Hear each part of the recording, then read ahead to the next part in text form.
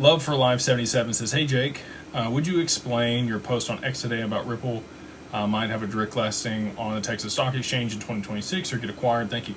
Absolutely. So this is something I talk about all the time in the mastermind. Because we do private investments there in the mastermind. And we talk about the different types of ways that you can have a liquidity event for your private investment. So Ripple is a private company.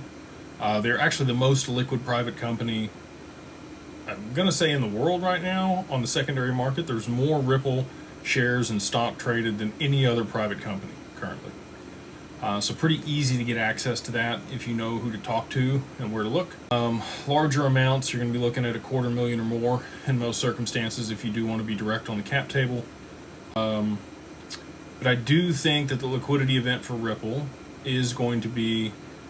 So a lot of people think about IPO. An IPO is an initial public offering. So IPO sounds great. So ideally, you want a direct listing like Coinbase. So Ripple, I think, is in the same boat. I think enough people know who Ripple is that they would do a direct listing. There's enough equity held by investment banks at this point that I'm aware of that I don't think that they're going to have to dilute the shares and do a whole road show and everything else in order to go public.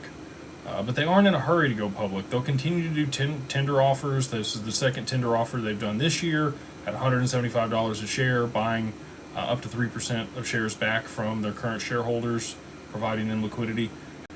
So anyway, I think that Ripple will go public at some point, either through an acquisition or through listing directly on the Texas Stock Exchange.